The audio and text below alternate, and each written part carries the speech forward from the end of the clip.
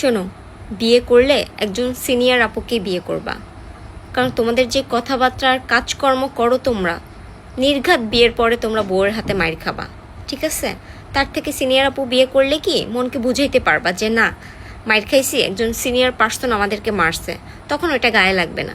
আর যদি তোমার থেকে ছোট কারো হাতে মাইর খাও, ওটা একটু লজ্জার ব্যাপার না? তাই বুঝে শুনে বিয়েটা করো। হ্যাঁ, বুঝছি তো আপনার চরিত্র যে কত ভালো বুঝছি। এর জন্যই যে আপনি বলতেছেন, সবাইকে জ্ঞান দিতেছেন যে বিয়া করলে সিনিয়রদের করবা। কারণ হইতেছে যখন মনে করেন যে একজন জুনিয়রকে বিয়া করবেন, তখন দেখা যায় ওরে ভালো লাগলো না, মানে আর একটু মানে ভালো মন্দ খাইতে মনে চাইলেও রাস্তাঘাটে যেয়ে মনে করেন যে খাইয়ে আইবেন। তখন যদি কিছু বলে, তখন মনে করেন যে আপনার ভয়তে আপনাকে কিছু বলতে পারবো না, কারণ আপনি সিনিয়র। চরিত্র যে কত ভালো আপনার কথাবার্তা দেখেই বোঝা গেল, বুঝেন নাই? কারণ আপনাদের তো এইগুলাই দরকার, বুড়া বিয়ে করবেন, তারপরে একদম কচি বিয়ে করবেন, এমন কাউকে বিয়ে করবেন যেন মনে করেন আপনার আকাম কুকাম যাই করেন কোনো কিছু না বলতে পারে, কোনো কিছু না করতে পারে।